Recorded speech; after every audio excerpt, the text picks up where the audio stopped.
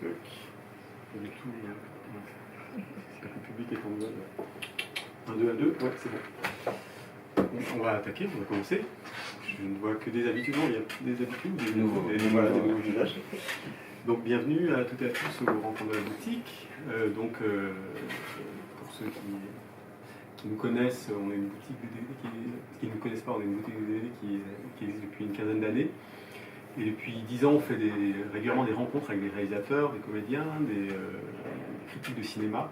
On a envie de faire vivre le lieu, et que ce soit un lieu d'échange et qui soit aussi en lien avec la boutique, avec ce qu'on propose. Donc on profite de la sortie DVD, de sortie DVD pour faire venir le réalisateur, l'auteur. Et puis, moi j'ai demandé au préalable à Sébastien Lifshitz, qui va venir ce soir, de choisir quelques DVD qui nous parlent un peu de sa cinéphilie. Donc c'est parler du film, mais c'est aussi parler de vos origines cinéphiliques. Okay. C'était ça. L'idée. Alors, après, la section DVD peut être aussi en lien avec le film. Compris, en fait. Ouais. Non, je pense d'accord. Okay. Mais il y a des films qui sont en lien avec Casa Suzana, mais pas que. Donc c'est un peu... voilà.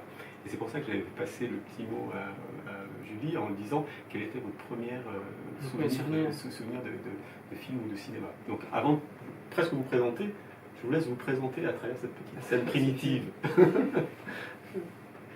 Mais du plus loin que je me souvienne, je crois que le premier souvenir que j'ai de cinéma, c'est Blanche-Neige en fait, et les 7 nains de Walt Disney. Et je me souviens d'un sentiment de peur, en fait.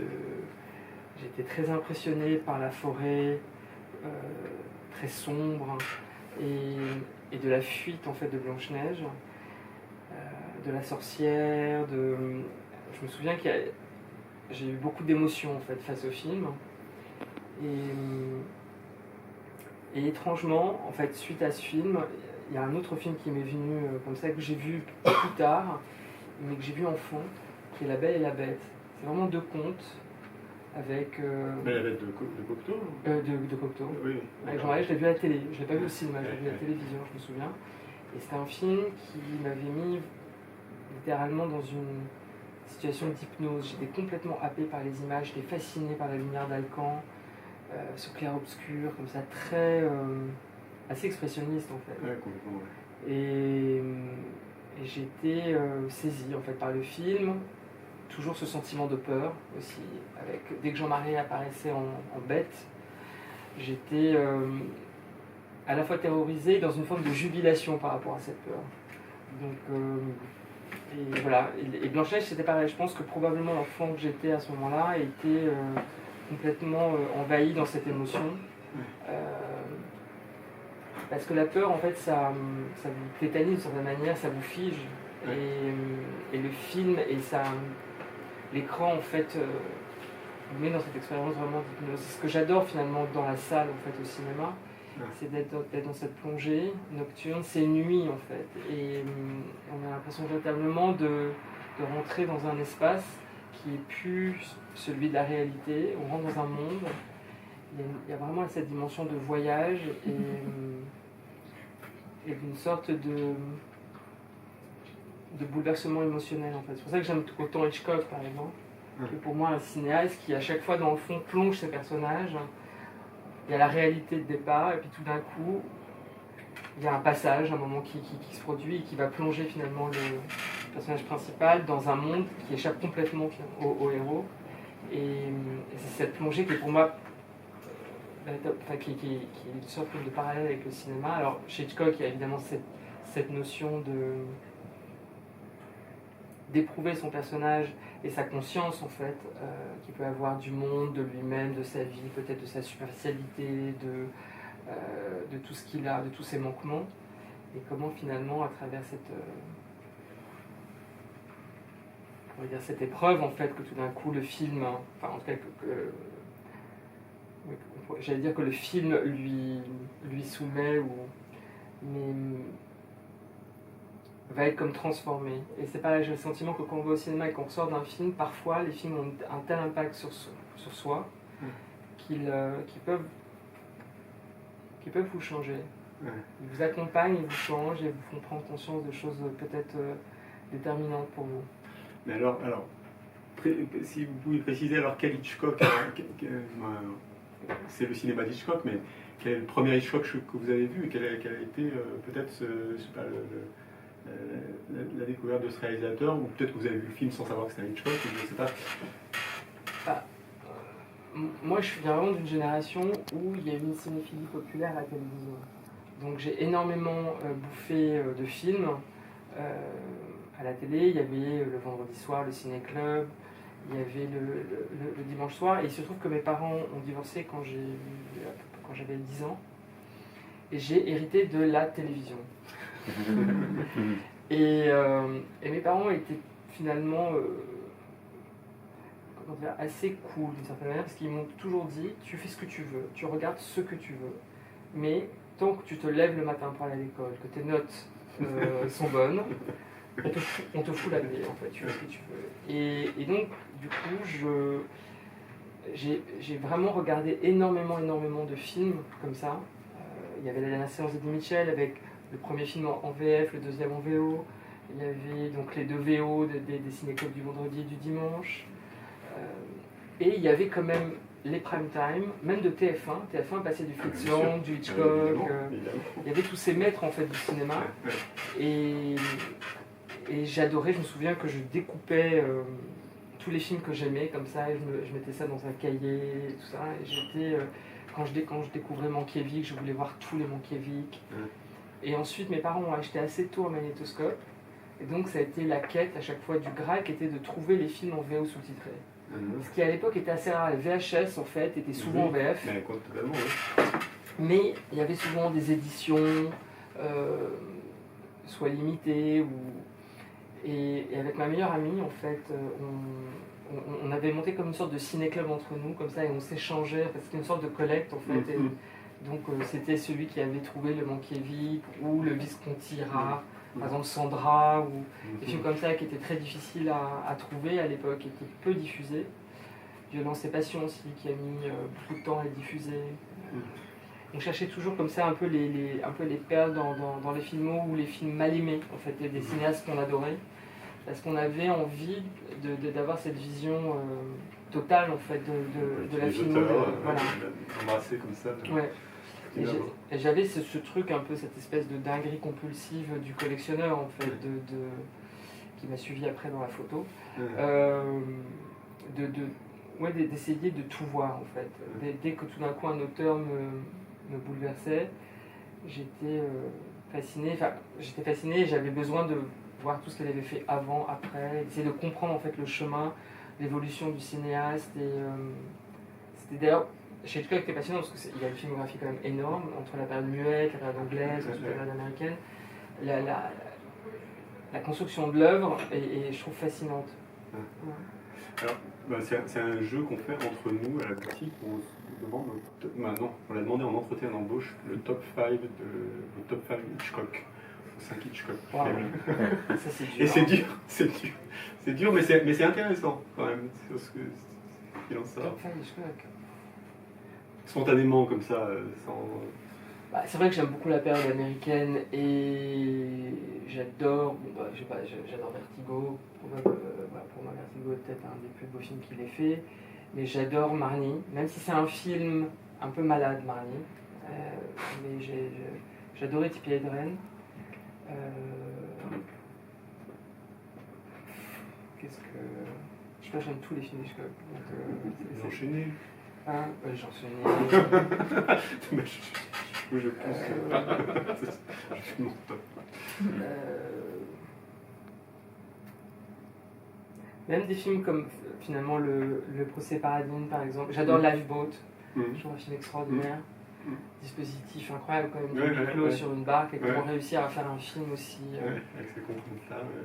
Aussi fort comme ça. La Corde est un film, je me souviens que je l'ai vu adolescent, il y avait tout un sous-texte homosexuel dans le film. Et nulle part à l'époque les critiques parlaient de ça. Je me suis dit, mais pour moi c'était tellement évident. Je me suis dit, mais je ne comprends pas pourquoi on ne parle pas de ça en fait dans le film. Et donc il y avait cette espèce de homo-érotisme et de jeu fascination entre les différents protagonistes et de qui allait prendre le pouvoir. Le crime était presque parfait, c'est un film aussi que nature courte, je sais pas, je vais pas vous citer tout le film Hitchcock.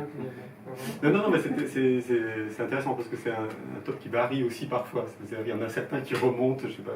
Non, mais L'ombre d'un doute, par exemple, il y a un film que j'adore. Enfin, Le faux coupable. Il y a tout d'un coup, on les trouve énormes par rapport à les tours bascules, mais c'est une film passionnante. Donc on a un peu une petite cartographie là, Hitchcock, Mankiewicz, Visconti. Château de Madame Muir.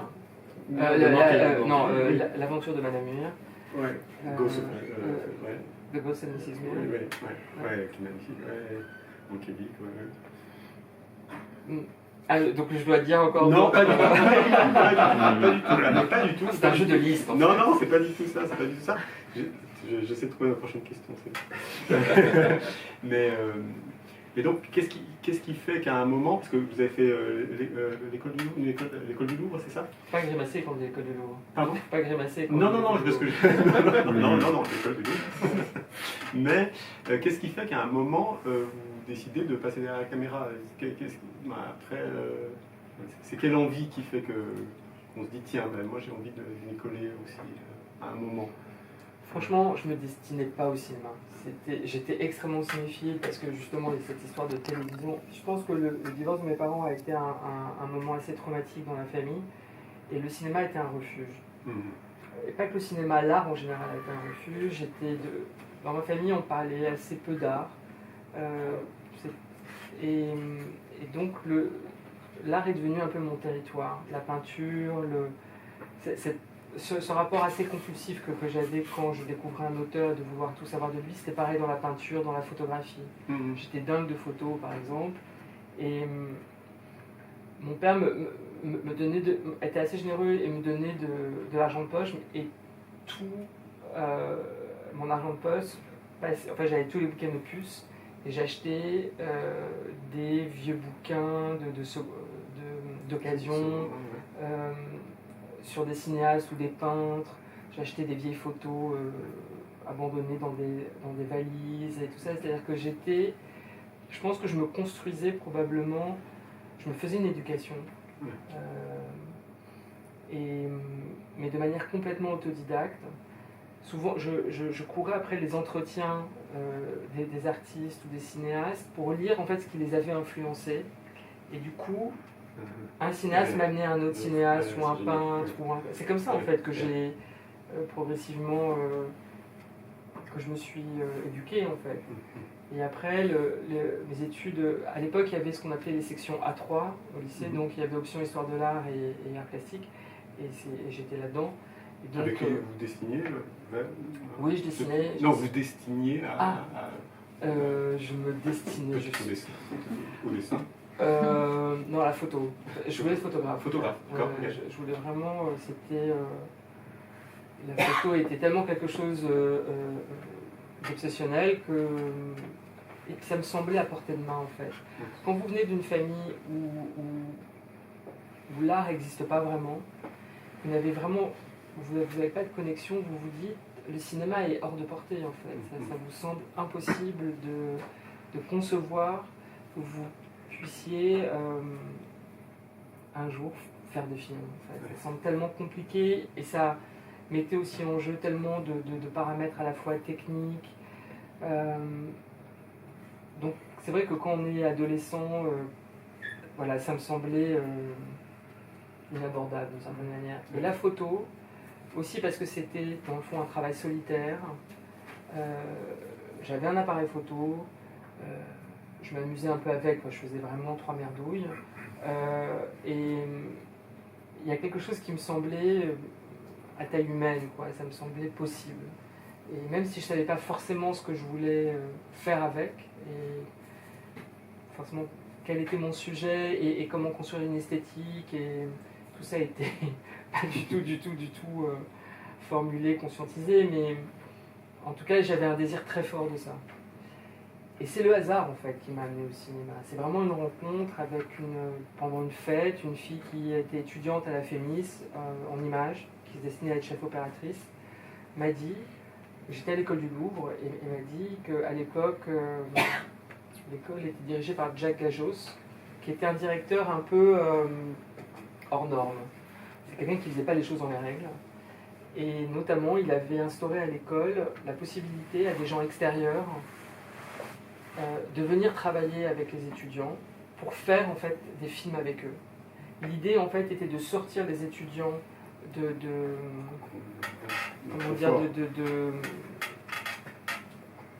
d'être dans cette espèce de vase clos en fait et d'être que entre eux et d'essayer d'apporter des gens inattendus de l'extérieur pour venir comme contrarier un petit peu ce petit monde peut-être un peu trop réglé. Et il fallait en fait pour ça soumettre un scénario et si le scénario leur plaisait, l'école était prête à vous aider. La contrepartie était que vous deviez faire le film avec les étudiants. Et c'est exactement ce qui s'est passé en fait.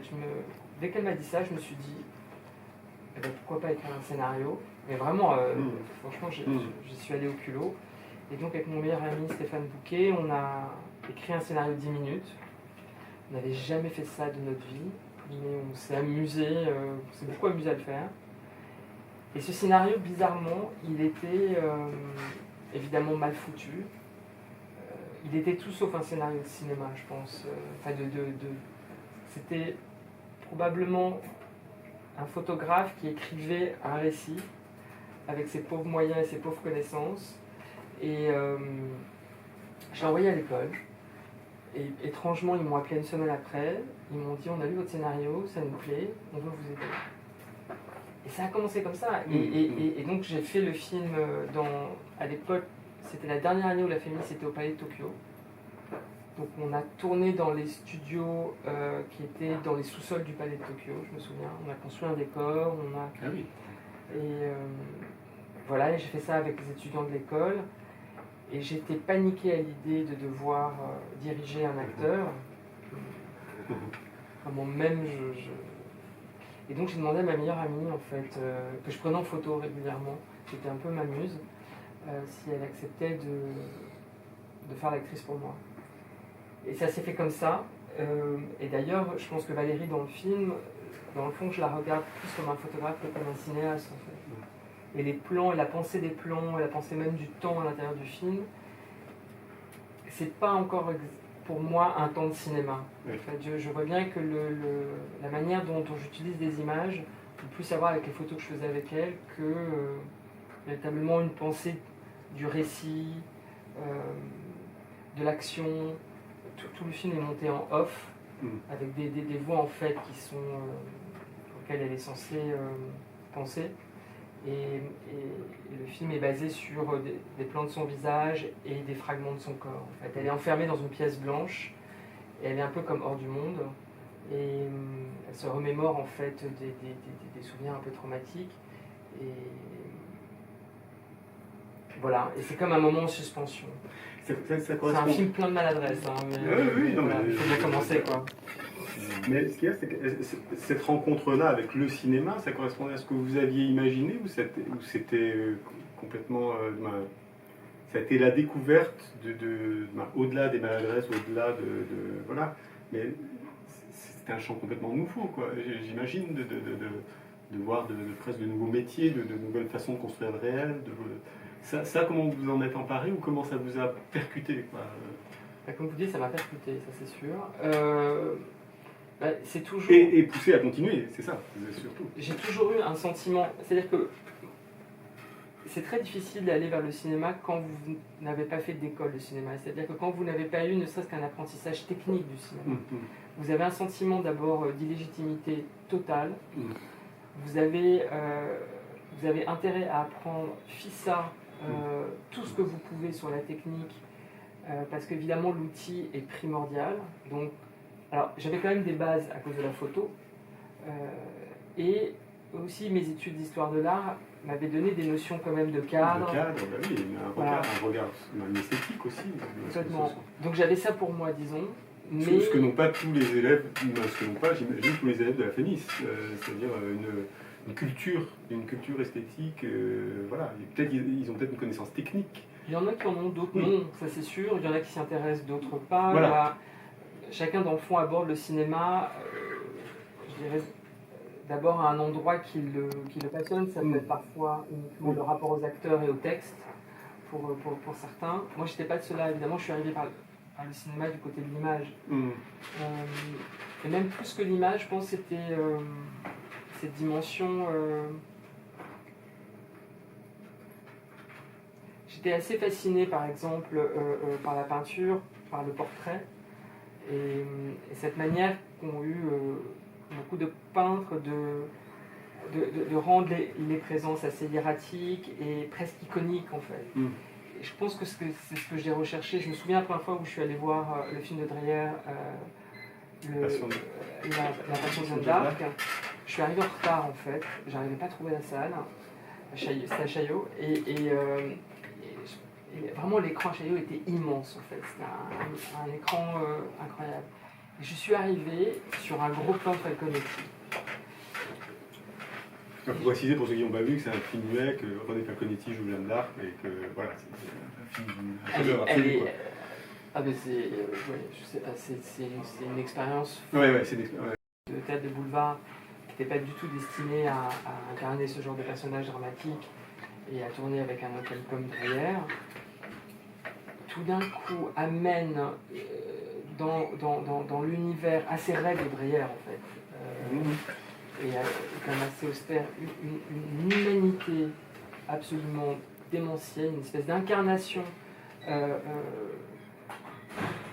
du drame qu'est en train de vivre Jeanne d'Arc à ce moment-là, et qui se lit sur son visage, et Dreyer choisit en fait de travailler en gros plan, sur un fond blanc, et en contre-plongée, qui ratise encore plus en fait la présence de Falconetti, et lui donne une sorte de puissance héroïque et émotionnelle absolument incroyable. Et quand je suis arrivé sur ce gros plan, j'ai pas pu bouger. D'abord, je voyais rien, la salle était noire, et donc je me souviens, je suis resté debout comme ça pendant un certain temps quand même contre le mur. Et à un moment, j'ai amorcé un mouvement, je me suis assis et j'ai été complètement comme avalé par le film, comme ça. Et ça a été vraiment pour moi un moment sur la puissance à la fois expressive, émotionnelle que peut avoir un film. C'était quelque chose de très fondateur en fait. J'ai eu ça après avec un film comme La Tendance Sancho de Mizoguchi, où pareil, on est face à il y a une forme de transcendance en fait dans ces films qui est véritablement aussi construite par l'esthétique de l'image. Et je pense que ça m'a beaucoup marqué. Cette transcendance, on la retrouve d'ailleurs aussi chez Hitchcock. On voit bien qu'il y a la réalité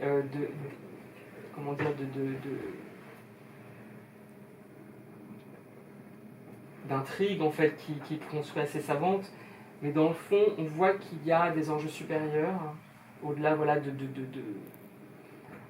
peut-être de ces intrigues un petit peu terre à terre qui a fait quoi, etc. Et on voit voilà. Et j'avais toujours le sentiment quand je voyais un film d'Hitchcock qu'il y avait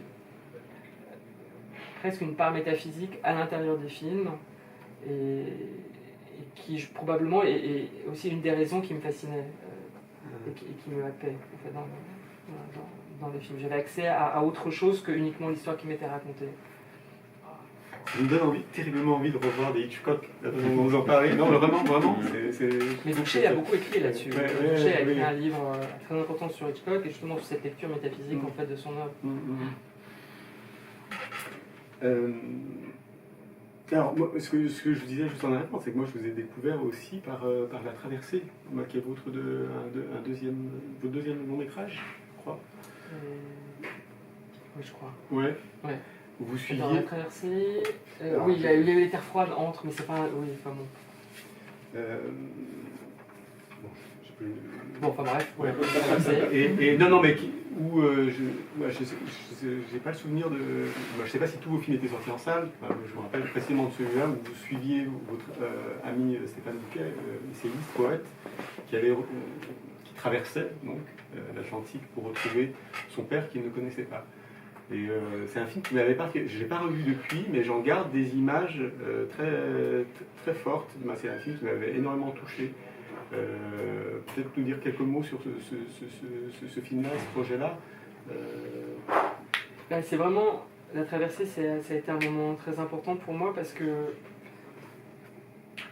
Stéphane et moi, on était très proches et je savais que Stéphane ne connaissait pas son père depuis toujours en fait, et il a appris en fait que son père n'était pas son père parce qu'il a au départ vécu sur un mensonge. C'est-à-dire qu'on lui a dit jusqu'à ses 13 ans que l'homme avec qui sa mère partageait sa vie était véritablement son père. Mais il ne s'entendait pas avec cet homme, et un jour, dans une espèce de énième engueulade, il dit à sa mère: mais je le déteste, je le déteste, je le déteste. De toute façon, il ne peut pas être mon père, il ne peut pas être mon père. Et sa mère lui dit: tu as raison. Donc là, ça arrête net, tu dis comment ça, et elle lui dit: bah en fait, c'est pas ton père. Et il me dit: ce jour a été un moment de joie extrême, parce que j'étais comme délivrée d'une histoire qui n'était pas la mienne, et que probablement je sentais que quelque chose n'allait pas dans ce qu'on me racontait.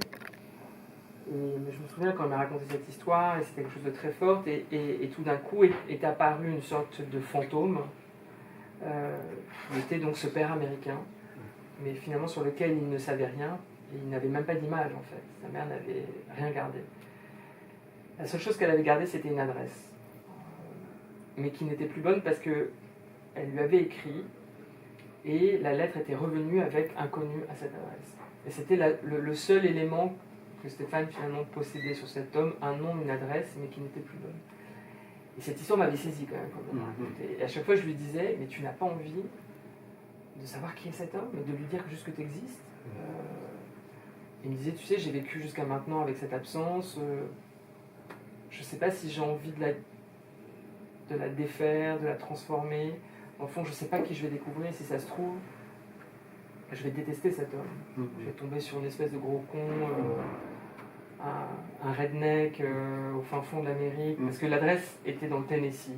Donc il avait, comme c'était un sudiste, il avait peur que tout d'un coup qu'il tombe sur un type peut-être pas forcément très fréquentable. Et il me disait: est-ce que c'est peut-être pas mieux de vivre avec ce rêve de père que j'ai, plutôt que d'essayer de le remplacer par une réalité qui peut-être va être atroce et va me traumatiser.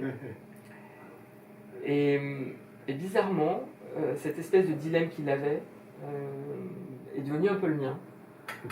Et un jour, je lui ai dit: tu sais, cette histoire de ton père et de ta peur de savoir qui il est, tout ça. Je lui ai dit: je vais te proposer quelque chose. Je lui ai dit: pour aller aux États-Unis à sa recherche, déjà de savoir s'il est vivant ou mort, parce qu'on ne savait même pas s'il était encore vivant. C'était un GI en fait quand il était en France. Et il y avait de fortes chances qu'il ait été appelé à aller au Vietnam en 68. Parce qu'au moment où De Gaulle rompt les accords de l'OTAN, il fout les Américains dehors et démantèle en fait toutes les bases en fait américaines en France, c'est à ce moment-là qu'il part en fait. Et c'est à ce moment-là que la mère de Stéphane tombe enceinte. Et elle lui dit pas. Et bref, il part. Et donc, on est en 67, et le 68, il y a cette accélération de la guerre du Vietnam et tout ça. Donc, il pouvait tout à fait être parti là-bas et peut-être être mort sur le front. Et donc, je lui dis à Stéphane, je lui dis: écoute, je te propose qu'on aille à sa recherche ensemble, et même d'en faire un film. Donc là, il m'a regardé comme ça, il a été un peu stupéfait de ma proposition. Il m'a dit: écoute, je ne m'attendais pas à ce que tu me proposes un truc pareil. Il me dit: je vais y réfléchir, je ne peux pas te répondre maintenant, donne-moi du temps. Et je lui ai dit: bien sûr. Et donc pendant un an, on n'a jamais reparlé. Voilà. Et un an après, il m'a dit: tu te souviens de cette proposition que tu m'as faite il y a un an? J'ai réfléchi, je suis d'accord. Voilà, je suis prêt, je suis d'accord. Allons-y. Et voilà. Donc il a fallu écrire un texte et trouver un financement pour faire ce film. Et une fois que ça a pu être fait, on est parti là-bas. Tous les deux? Tous les deux, non, avec un chef opérateur, un ingénieur du son et un assistant. On était 5 en fait. On était 5 parce que j'avais décidé de faire ce film sur pellicule.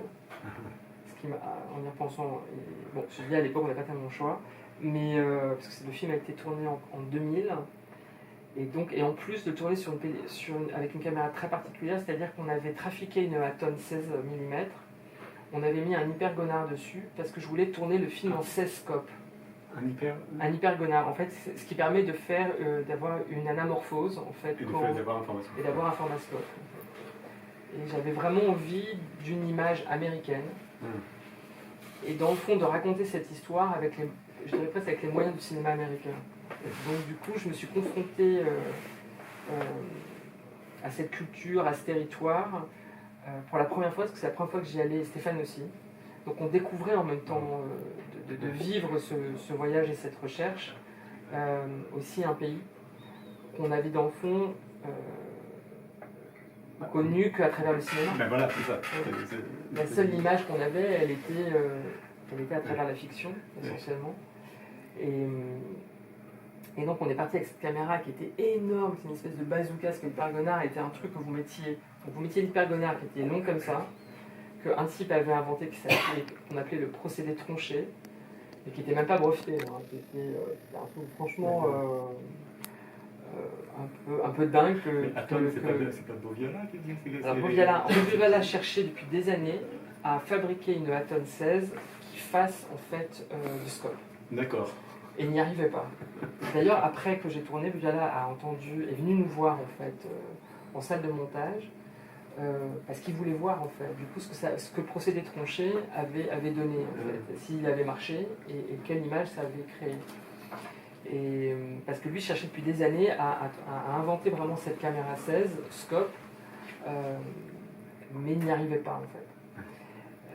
Bref, et donc voilà, et on part avec cette caméra, avec cet hypergonard, sur lequel on mettait donc des objectifs sphériques. La perche, moi j'avais une espèce de ceinture de batterie autour de moi, parce que j'avais un retour en fait de ce que voyait la caméra avec un petit moniteur en fait comme ça. Je portais pas la caméra en fait, c'était le chef opérateur, mais j'avais besoin du retour en permanence de ce que je filmais. Mais à l'époque on avait des batteries merdiques, donc en fait c'était vraiment, j'avais une espèce j'étais un cow-boy quoi, j'avais cette espèce de ceinture qui pesait 3 tonnes, avec un câble qui faisait... Enfin, c'était vraiment, c'était une expédition, et on portait la péloche avec nous.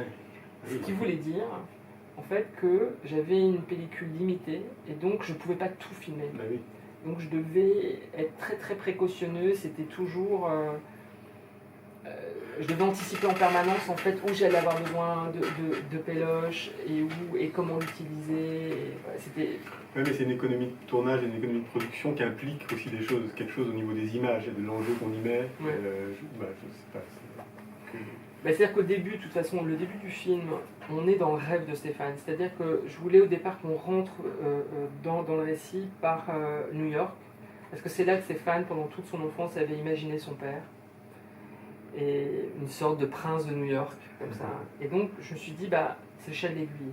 On va d'abord, avant de se confronter à la réalité de qui est cet homme et où il habite et est-ce qu'on va le trouver, je me suis dit, il faut d'abord qu'on raconte le père rêvé, le père fantasmé.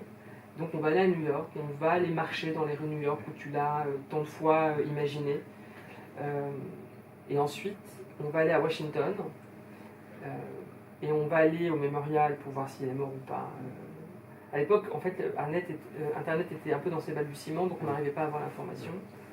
On est même allé au Pentagone aussi pour avoir des infos.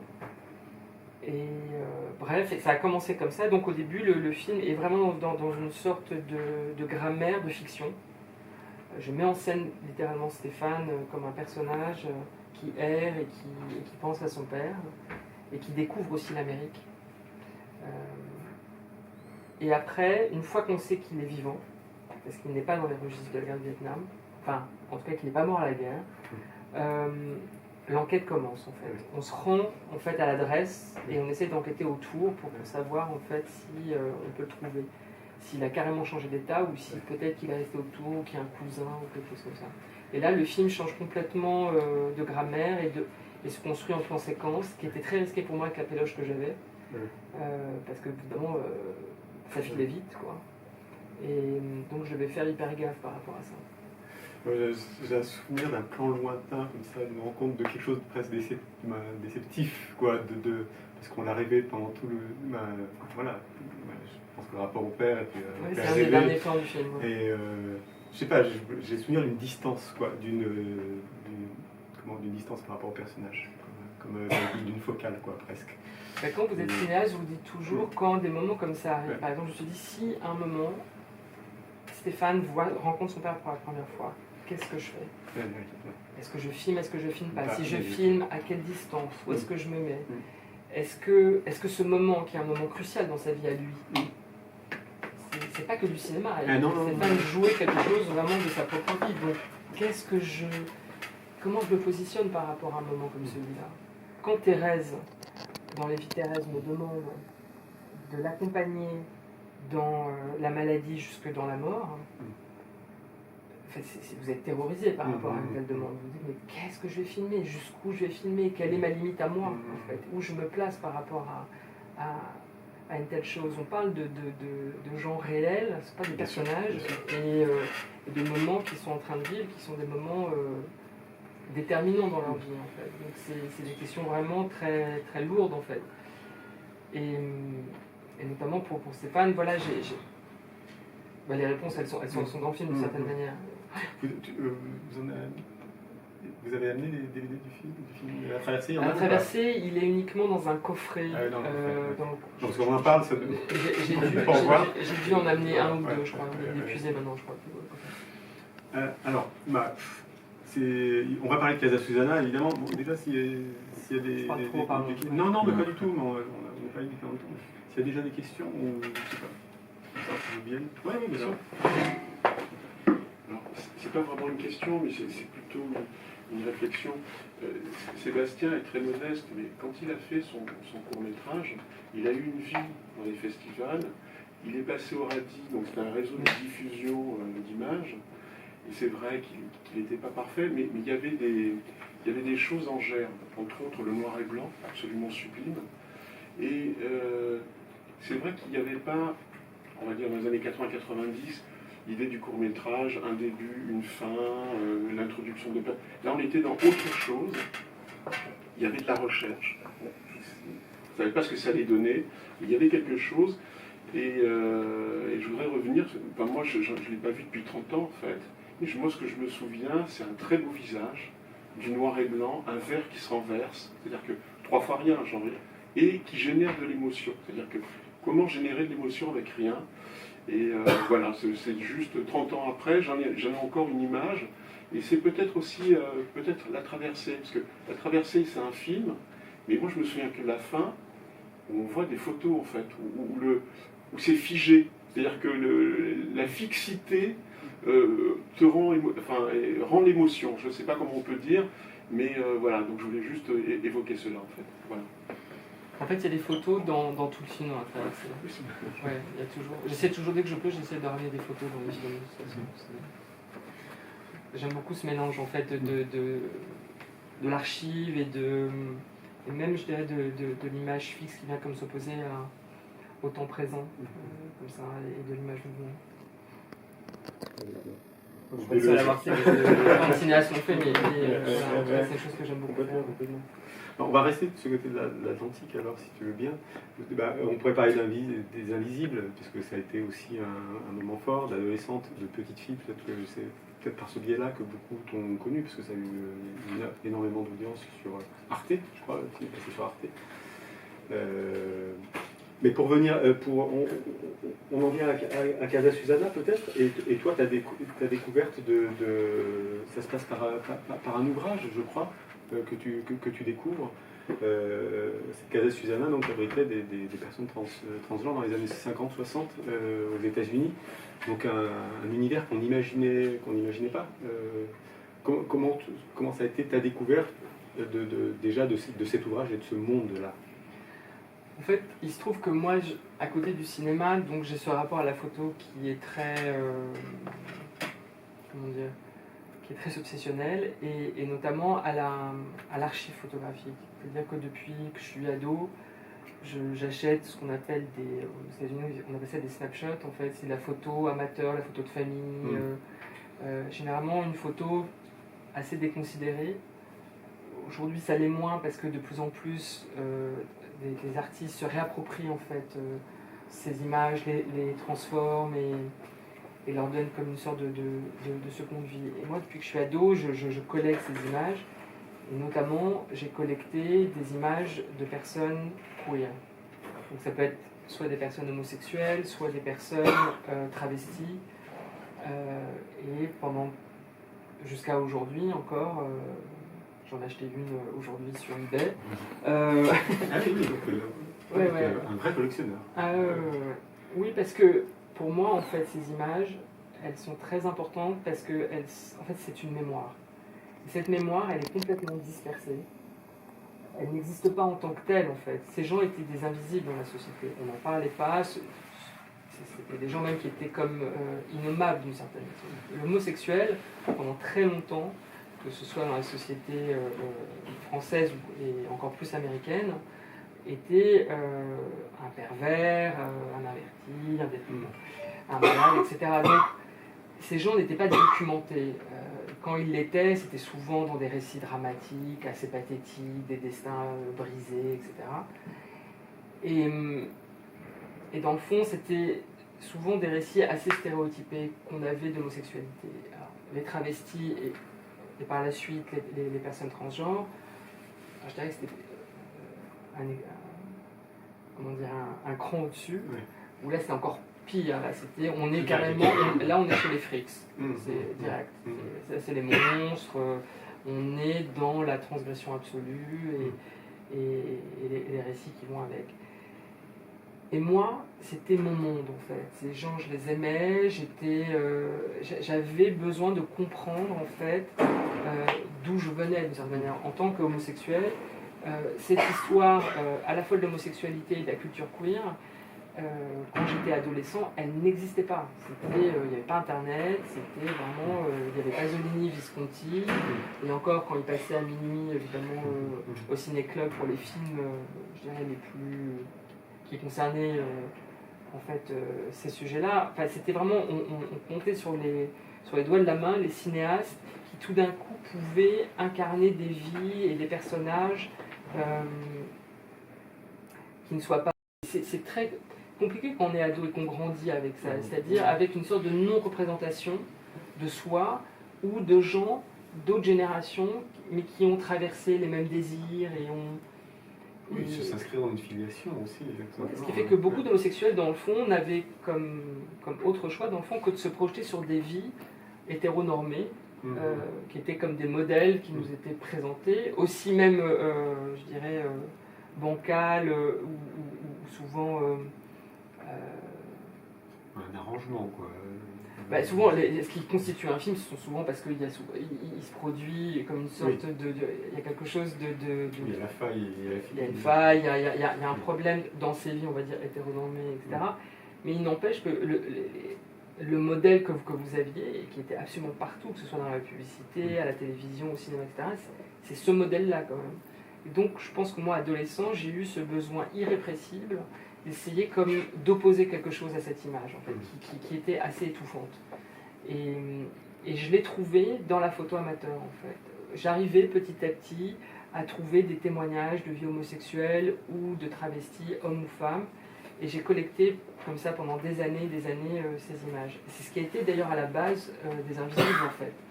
C'est qu'au bout d'un moment, ces photos ont fini... un peu comme Pérec, en fait. À un moment, je me suis assis devant en fait, la somme des images et j'ai commencé à les classifier, à les étudier et à essayer de comprendre en fait, que dans cette culture, il y avait une diversité assez vaste et qu'on pouvait en fait,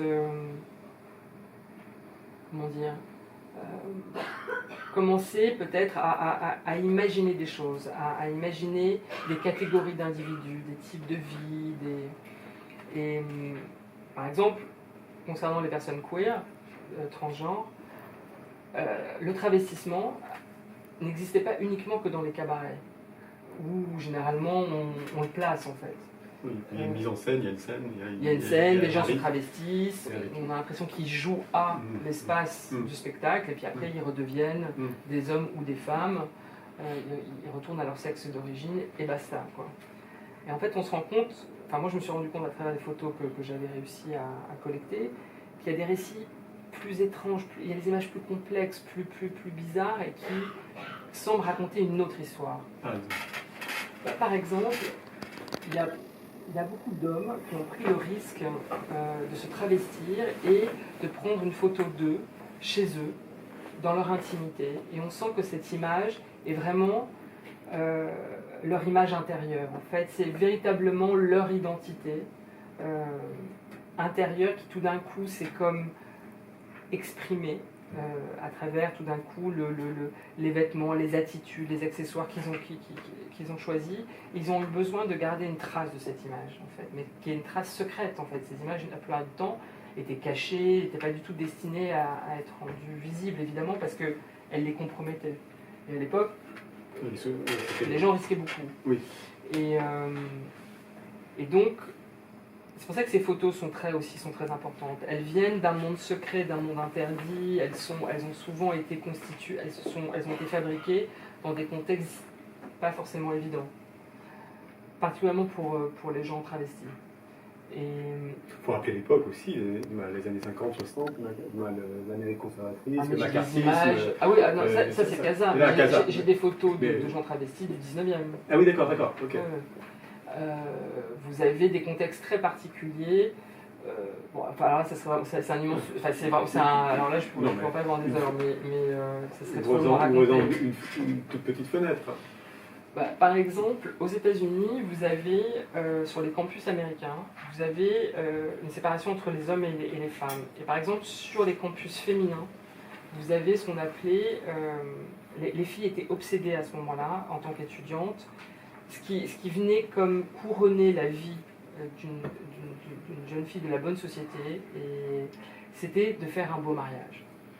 Donc le mariage, c'était tout un truc, elles n'avaient pas accès aux hommes, généralement elles se mariaient, elles étaient vierges, et elles étaient tellement surexcitées à l'idée de se marier qu'elles ne pouvaient pas s'empêcher en fait, d'organiser entre elles une fausse cérémonie, ce qu'on appelle aux États-Unis un mock wedding, en fait, un faux mariage.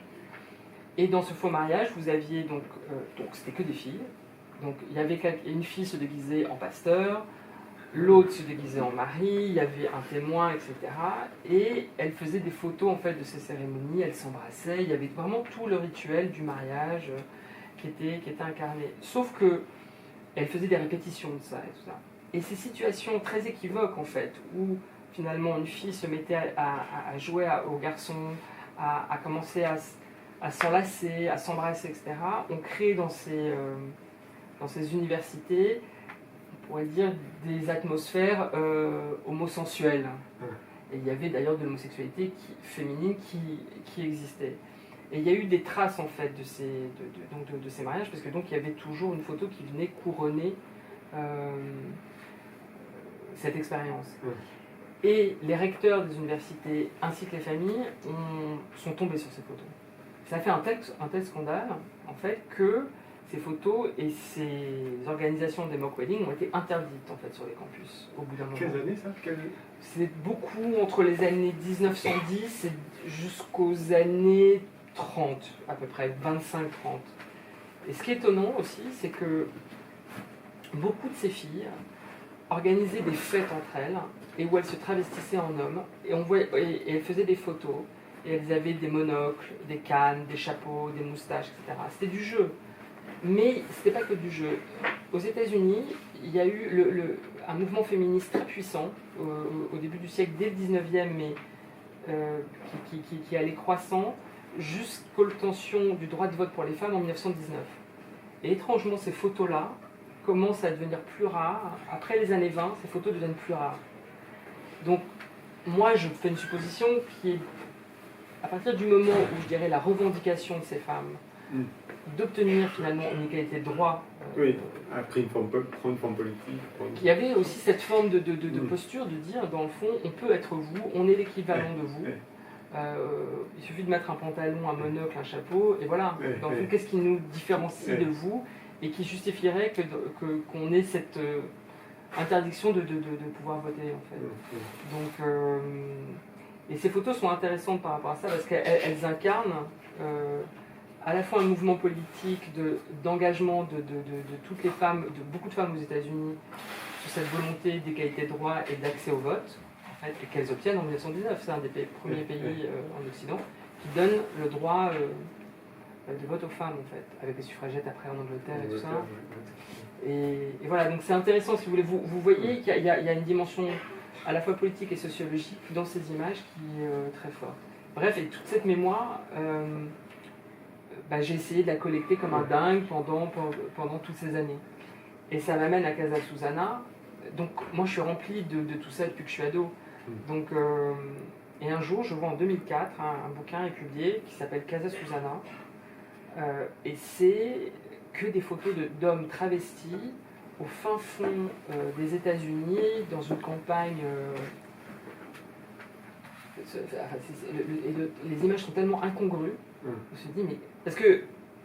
Ils sont travestis, mais ils ne sont pas travestis comme sur une scène de cabaret. Non, pas du tout. Ils sont travestis, ces hommes sont travestis vraiment dans les canons de la femme bourgeoise. La middle class. De la middle class, ouais. c'est la housewife, voilà, celle qui est en couvre de life et à qui tout le monde veut ressembler. Ouais. Donc c'est des images comme ça très respectables, mais on voit qu'il y a un travestissement, pas pour toutes, mais quand même pour certaines. Assez évident, et elles sont là en train de jardiner, de boire du thé, de jouer au Scrabble, elles sont en maillot de bain devant un étang, etc. Et on se dit, mais qu'est-ce que font ces gens là? Qui sont ces gens en fait? On n'arrive pas à savoir quelle est l'histoire derrière. Et en fait, ces photos ont été trouvées par un couple de brocanteurs à New York, sur les puces de New York, de la 25e rue. Ils ont été tellement fascinés par ces photos qu'ils sont allés voir l'éditeur Powerhouse, qui lui-même était complètement stupéfait, et ils ont publié en fait le livre avec ces photos. Quelle année ça? 2004. C'est en 2004 que le bouquin est paru. Ouais, 2004. Ouais. Donc ils publient le bouquin, mais en fait ils ne savent rien sur ces photos, c'est-à-dire sur qui sont ces gens, quel est cet endroit, pourquoi ces photos. Donc il y a une sorte de petite préface, mais qui finalement dit 3 fois rien, parce qu'ils savent rien. Le livre est publié. Bon, moi, je l'achète à l'époque quand il est publié. Évidemment, je suis fasciné par ces photos. Et étant donné tout ce que je collectais moi-même, donc c'était vraiment... Il y avait tellement peu de livres à l'époque, en plus, sur des sujets comme ça. Donc, franchement, ça se comptait sur les doigts de la main. Et il se trouve qu'en 2006, une journaliste du New York Times, pareil, achète le bouquin et veut savoir qui sont ces gens. Enfin, là, il y a un sujet. Et donc, elle fait une enquête. Et là, elle arrive, je ne sais pas comment, à avoir le nom de Kate, qui est dans le film. Et Kate commence à lui raconter un peu l'histoire. Pas tout, parce que Kate ne savait pas tout. Elle raconte ce qu'elle sait. Et donc, il y a un très long article qui est publié en 2006 dans le New York Times, et qui raconte le début de l'histoire de la Casa Susana. En fait, ça commence comme ça en fait l'histoire. Après, il y a un deuxième article qui est publié, et après plus rien pendant des années. Il y a un autre article qui est, je crois, dans The Times en Angleterre, qui prolonge un petit peu ce que le New York Times fait.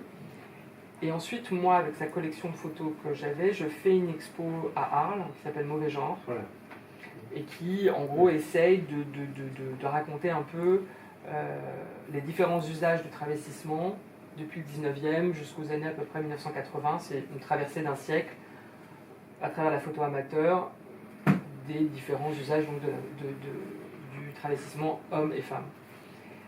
Et au moment où je prépare cette expo, un mec me parle d'une historienne de la photo qui s'appelle Isabelle Bonnet et qui aurait fait un mémoire sur la Casa Susana. Donc j'étais comme vous, j'étais comme ça, genre, incroyable. Ouais, incroyable. Je me disais, une française qui fait un mémoire sur la Casa Susana. Et donc on me donne son téléphone, j'appelle Isabelle. Et effectivement, Isabelle, pour pouvoir écrire son mémoire, est partie de l'enquête du New York Times, mais a prolongé en fait cette enquête. Internet était passé par là. Et vraiment comme une sorte de détective acharnée, elle arrive à compléter l'histoire, à retrouver le nom de Susana, à identifier le lieu, à retrouver Diana qui est dans le film, Grégory, donc comme ça, et elle me raconte en gros les éléments qu'elle avait en main, parce que moi je connaissais les photos et tout ça, et je connaissais donc le papier du Times, mais tout d'un coup, ce que vient de me raconter Isabelle, il y a une histoire, quoi. Il y a vraiment une histoire beaucoup plus complète. Et puis des gens, des contacts, quoi, des gens qui sont des noms, oui. une maison, Oui, etc. Et donc, très vite, évidemment, l'idée d'un film naît, quoi, Oui. en fait. Voilà. Juste une question par rapport à l'expo, parce qu'il y a une expo à Arles cette année, Ouais. mais C'est Isabelle qui a fait c'est l'exposition. Isabelle, d'accord, c'est Isabelle qui a fait l'expo, Ouais. d'accord, ok. De Casa Susana. Et donc le film vient en Voilà, même temps je fais après. le film, Oui, puis oui, elle fait l'expo. d'accord, ok. D'accord. Je n'arrivais pas à hiérarchiser, à chronologiser. Ouais. D'accord. Tout le monde a vu le film ou Non, mais là, j'ai une question sur le livre initial là, de 2004. Il est sur un seul lieu, c'est ça? Vous arrivez à prouver qu'il est... En fait, ce qu'on a compris après, c'est que en fait, Susana, à la fin de sa vie, quand elle meurt à New York, en fait, la famille met ses affaires dans un garde-meuble. Et le garde-meuble est cambriolé. Et donc, on pense que les photos qui sont retrouvées au puces viennent du garde-meuble de Susana, en fait. Et donc, ce sont des photos, sont des Kodachromes. Il y a quelques photos noir et blanc, mais c'est essentiellement des Kodachromes qui ont été photographiés, enfin qui ont été faits. Alors, Casa Susana, c'est 2 maisons qui sont à peu près à quelques kilomètres l'une de l'autre, quasiment dans le même village. Il y en a une qui s'est appelée le Chevalier d'Éon et l'autre qui s'est appelée Casa Susana. Mais après, ce terme de Casa Susana est devenu générique, si vous voulez, et est devenu l'appellation pour les 2 maisons, en fait. Voilà. Et les photos ont été faites sur les 2 lieux.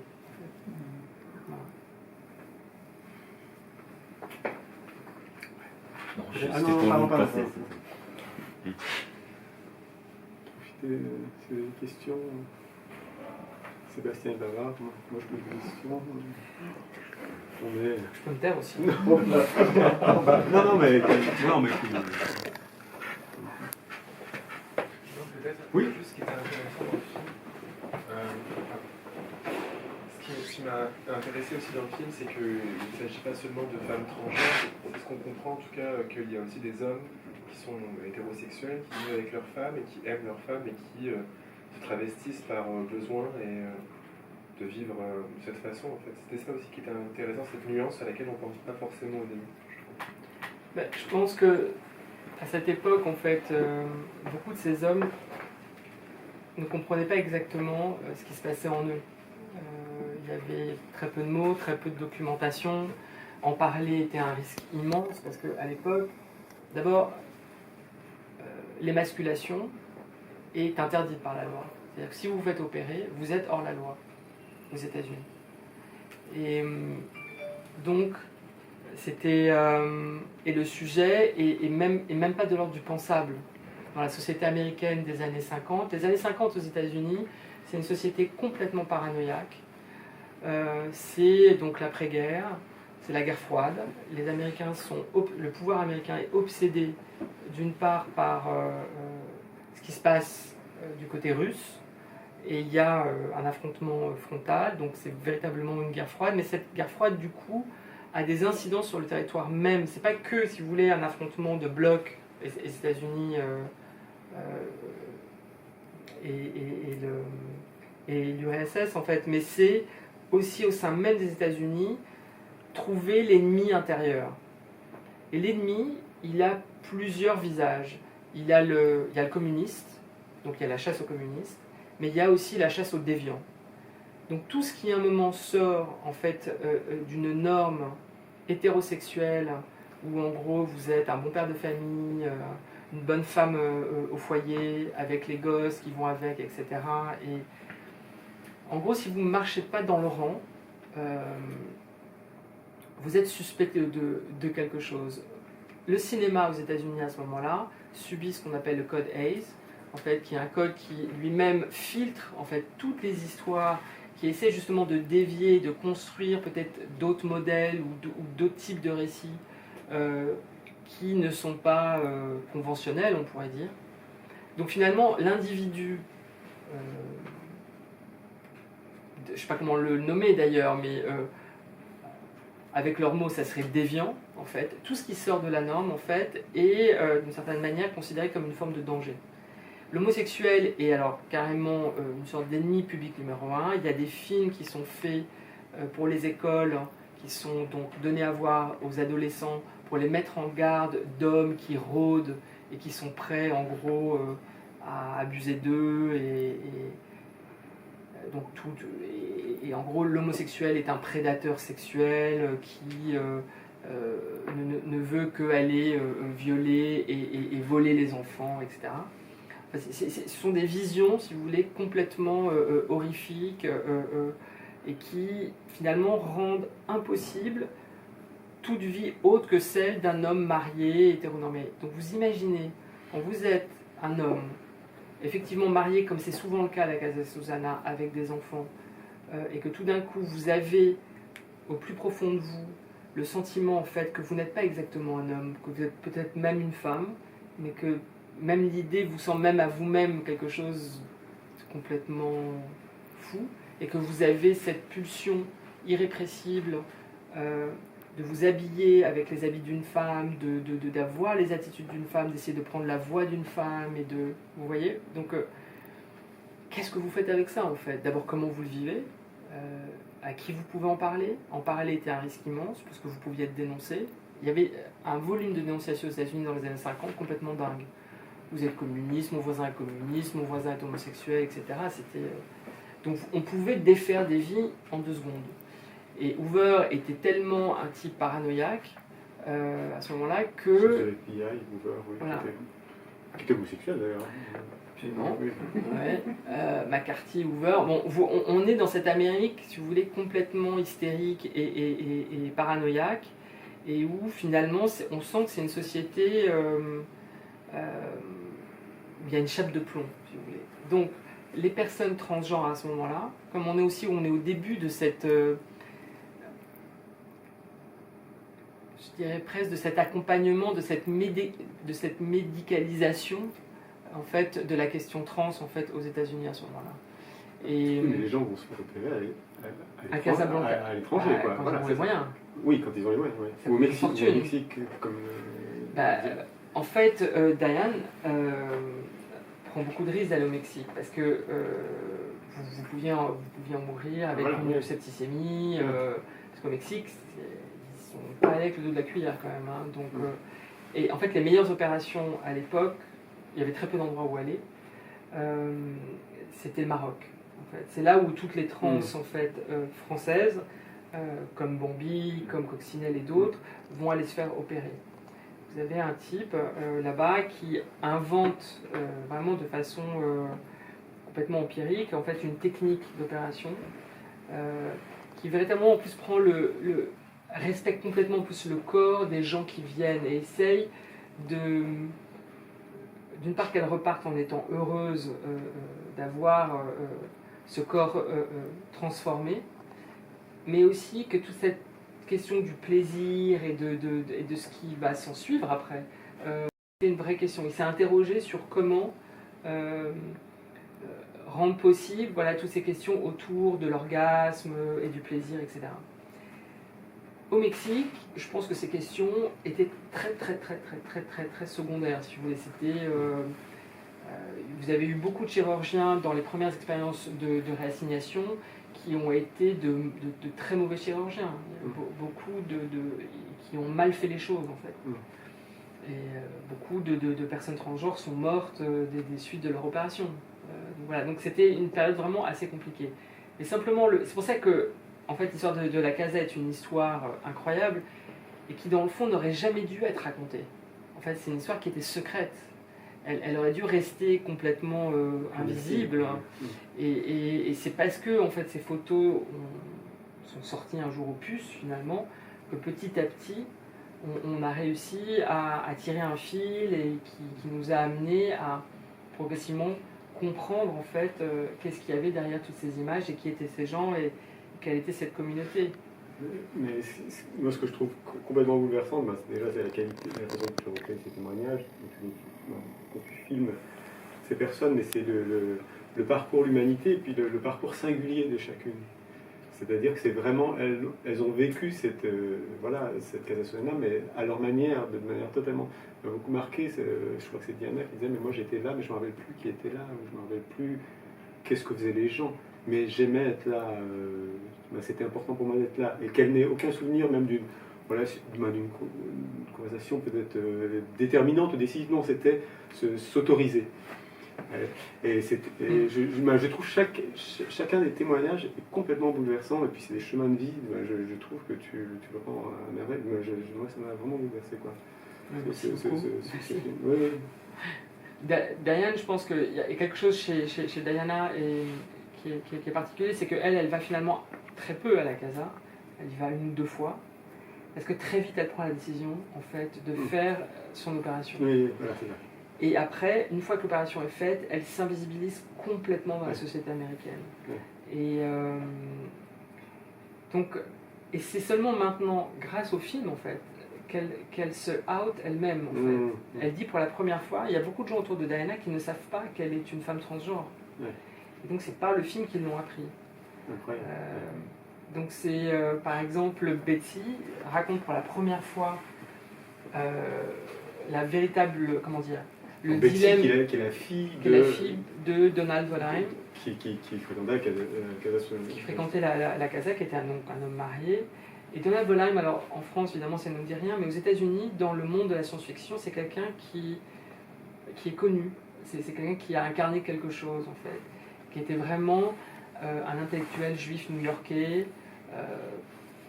Quand tu le vois, ce type a l'air très sérieux, même austère, très hétérosexuel comme ça en apparence. Donc jamais tu ne pouvais imaginer que derrière cet homme se cachait cette double vie, cette double identité. C'est quelque chose juste de véritablement d'impensable. Et ce que je trouve magnifique dans le témoignage de Betty... Il est terrible ce témoignage. Oui, il est terrible, mais... C'est terrible quand même ce que lui dit son père sur tout ce qu'il projette, toute la haine de ce qu'il était. C'est un homme en colère. C'est un homme en colère parce que justement la société, d'une certaine manière, l'empêche d'être la personne qu'il veut être. Ouais. Et donc c'est un homme qui souffre et par moments il s'en prend à ce qui se face à lui. Quoi. Et, mais ce qui est beau, c'est que Betty raconte justement ce rapport si complexe qu'elle a avec son père, à la fois d'amour-haine, et comment elle a essayé toute sa vie de le comprendre, à la fois de lui pardonner, tout en étant en colère elle-même de ce qu'elle a subi. Et donc, mais c'est ça qui est passionnant, c'est la complexité de cette relation, la complexité de cet homme aussi, de comment... dans un parcours transgenre, à ces époques-là, on comprend la difficulté en fait pour pouvoir s'accomplir. Oui, et puis même le rôle des femmes, la femme de Tito, de Susanna, Maria. Incroyable. Incroyable, incroyable personne. C'est fou. Ouais. Surtout quand tu penses que c'est une italo-américaine avec quand même un fond religieux. Oui. C'est une femme qui est croyante, qui a une éducation religieuse, donc on peut imaginer. Et à la fois, c'est une femme très indépendante, elle monte son business, elle devient riche assez vite grâce à cette boutique sur la 5e avenue de Perruque. Donc tu vois cette femme quand même... Raconte-nous peut-être l'histoire où elle voit rentrer, Tito rentre dans la boutique. Ouais.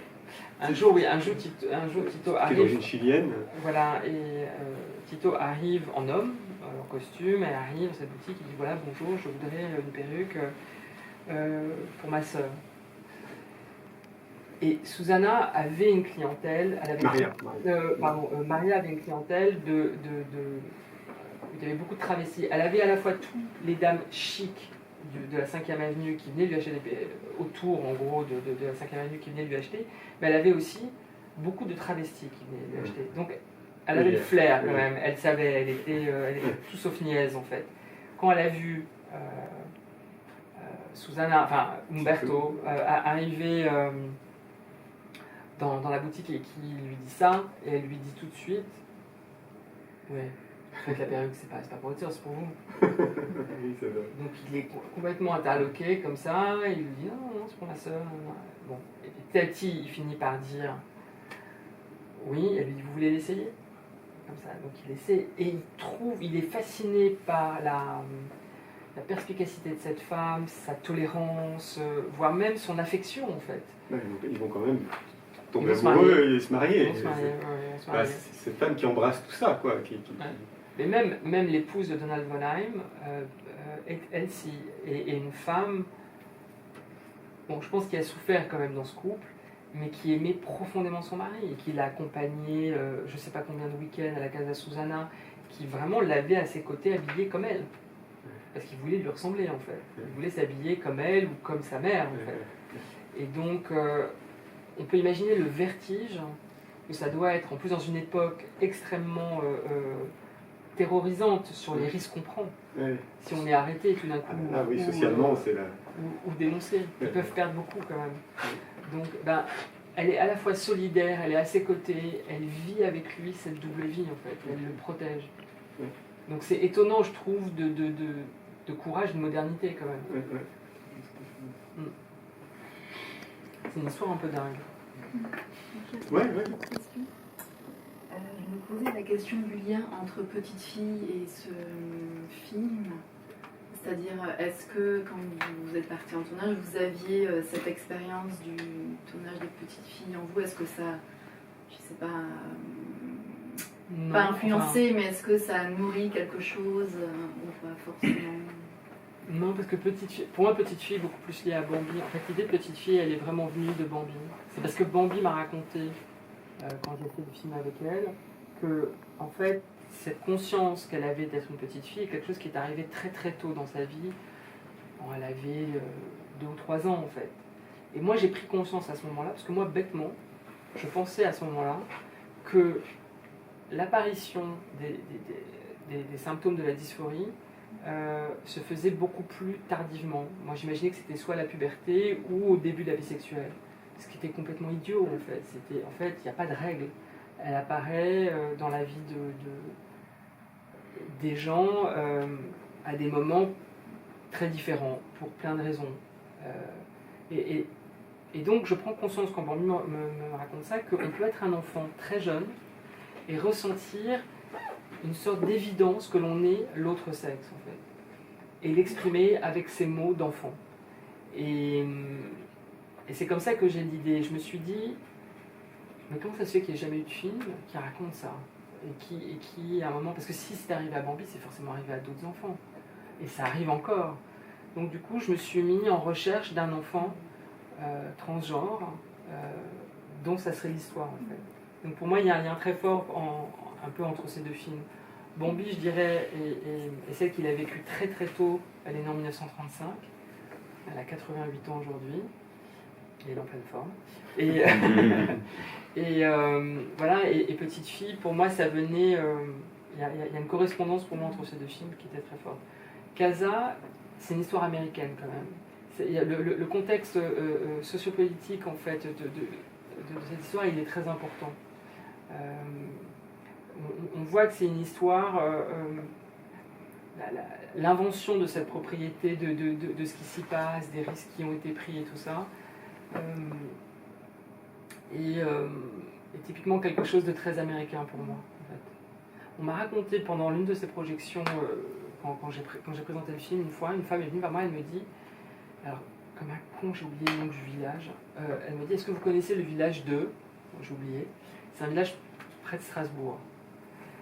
Donc dans l'est de la France, je lui dis non, pas du tout. Elle me dit, vous savez que dans ce village, avant la Première Guerre mondiale, en fait, des hommes se réunissaient exactement comme dans la Casa Susana et se travestissaient. Et ils faisaient ça pendant certains week-ends ou pendant les vacances et tout ça. Et c'est une histoire qui s'est transmise oralement, en fait.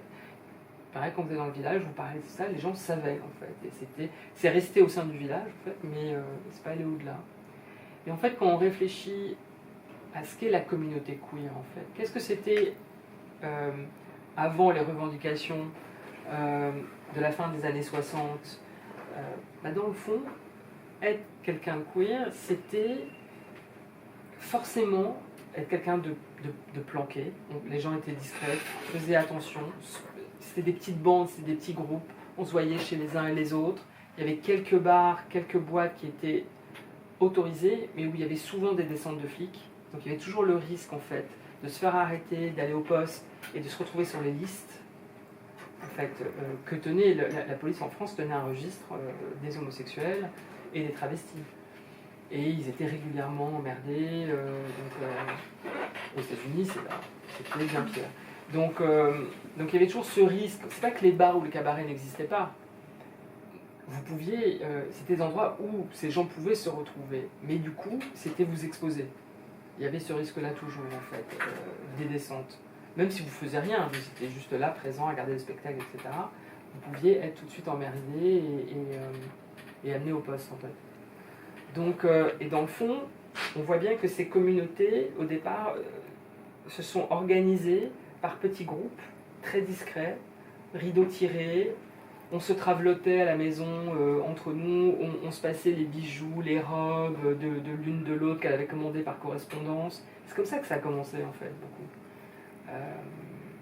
Et les homos, alors peut-être, bon, c'est encore une autre histoire, parce que à la fois, il y a des moments où les histoires se croisent et en même temps sont... Parce que le travestissement ne se recoupe pas systématiquement avec l'homosexualité. Non, pas du tout. Pas du tout. Pas du tout. Et c'est pas du tout les mêmes enjeux.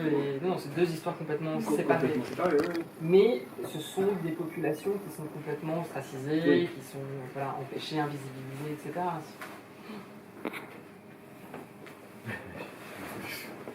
Changer de place.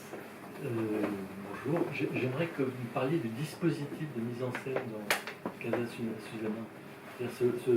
Comment vous êtes passé des photos dans votre conception du film au suivi des personnages. Parce que moi j'étais très touché par ces liens entre l'histoire propre du passé et puis cette manière dont vous suivez vos personnages dans le présent. Ce qui était compliqué en fait dans Casa Susana, c'est qu'en gros, vous avez en termes de récit, vous avez une intersection qui est Casa Susana. Mais après, vous avez des destins qui ont commencé avant et se sont poursuivis après, en fait. Donc, au montage, ce qui était un peu complexe, c'était qu'il fallait à la fois, évidemment, raconter la préhistoire de chacun. Ensuite, il y a cette intersection. Et vous avez ensuite comment les uns et les autres ont poursuivi à peu près leur vie. Et cette histoire centrale, évidemment, de la casa elle-même, qui est incarnée par Susana et Maria, en fait. Et c'est ça qui était un peu complexe, parce que vous aviez quand même finalement beaucoup de personnages, l'air de rien. Mais il y avait cette intersection voilà, qui était centrale. Donc il fallait commencer par les récits individuels, on pourrait dire.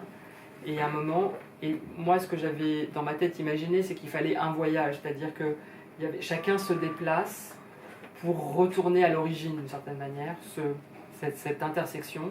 Donc il fallait mettre en scène en fait les déplacements des uns et des autres. Et il se trouve qu'on a tourné ce film en plein Covid. Enfin pas en plein Covid, à la fin du Covid. On était à la fin du Covid, mais les restrictions aux États-Unis étaient toujours très fortes. Donc les déplacements étaient compliqués. Le film, vraiment l'organisation de ce tournage a été extrêmement complexe. Philippe qui est là, qui est mon assistant, pour vous en parler des heures. Et du coup, ça a été un tournage très compliqué pour ça, mais voilà, j'ai essayé en tout cas de dessiner donc ce voyage des unes et des autres et qui me permettait en fait de raconter la préhistoire, l'intersection, tout le monde se retrouve là. Et ce qui était très important pour moi, c'est que les entretiens filmés devaient à un moment tous se passer en extérieur, sur le lieu même, parce que j'avais cet espoir en fait que la présence en fait de cette nature, des lieux, de ce lieu où ils ont tous été, allait les mettre dans un certain état. Parce que pour moi, filmer une personne en train de parler face caméra, c'est pas juste quelque chose d'informatif. C'est un moment de cinéma, c'est un moment qu'on est en train de vivre, si vous voulez, où quelqu'un est en train de faire remonter quelque chose en soi qu'il a peut-être jamais dit. Ce qui est le cas pour Diana. Cette histoire, c'est la première fois qu'elle la raconte vraiment dans sa globalité. Betsy, c'est pareil. Kate l'a un peu fait parce que Kate a milité en Australie, elle a écrit un livre, elle avait déjà quand même formulé des choses. Mais c'est la première fois qu'elle revenait après autant d'années dans cet endroit. Et donc j'avais vraiment ce souhait que chacun soit comme plongé dans un certain état émotionnel et qu'au moment où il raconte cette histoire, ben, c'est un moment en fait qu'ils sont en train de vivre en soi et qu'on partage avec eux en fait. Et c'est souvent comme ça que j'ai procédé avec les films en fait, c'est que de faire les entretiens in situ, ça produit quelque chose sur la parole en fait et la manière dont on la reçoit nous après. Et voilà, qu'est-ce que je pourrais vous dire. Et ensuite, il y a eu une énorme recherche de documentation sur le film. Il y a eu 2 documentalistes, une américaine et une française. Une période d'archives. Oui, d'archives, ouais. Pour les archives. Et donc, on s'est retrouvé avec une masse, en plus de ce qui avait été tourné, qui était énorme en fait en termes d'archives, pour pouvoir contextualiser en fait toute cette histoire. Et juste pour compléter votre travail avec votre chef opérateur, dans ces cas-là, comment ça se passe? Alors c'était le film, l'image du film est faite par Paul Guillaume, qui est quelqu'un avec qui j'ai fait plusieurs films. Et avec Paul, en fait, moi j'aime beaucoup la présence de la nature, en fait. Et je t'ai dit, pour les entretiens, j'aimerais beaucoup qu'il y ait ces espèces de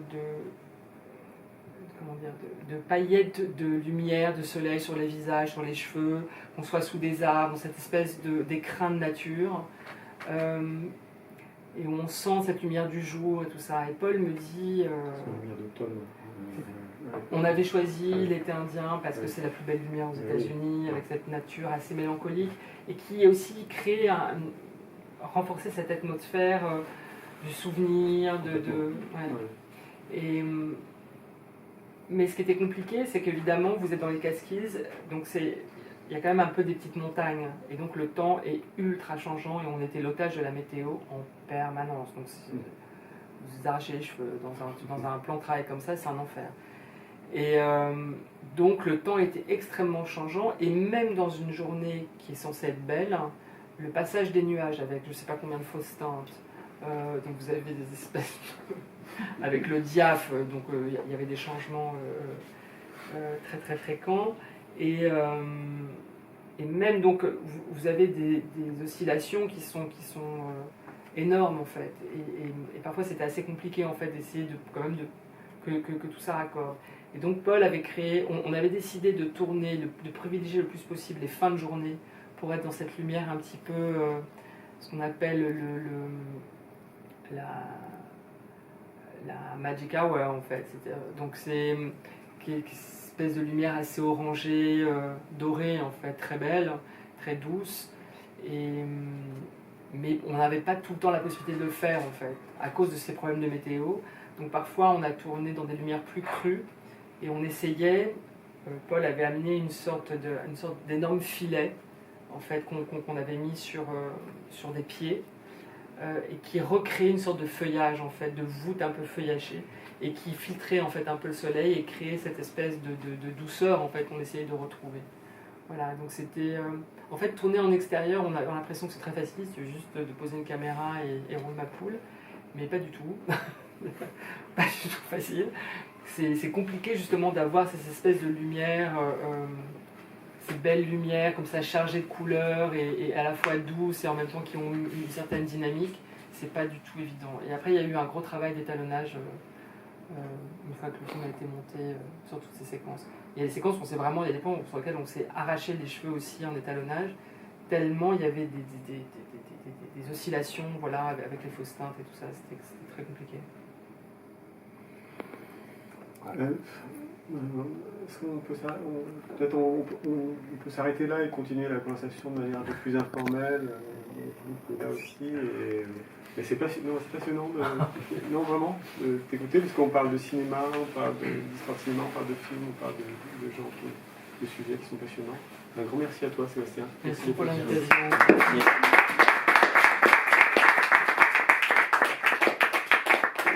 Vous pouvez acheter les DVD des films de Sébastien, parce que quasiment tout est là, et puis je pense que ce sera un plaisir de les dédicacer.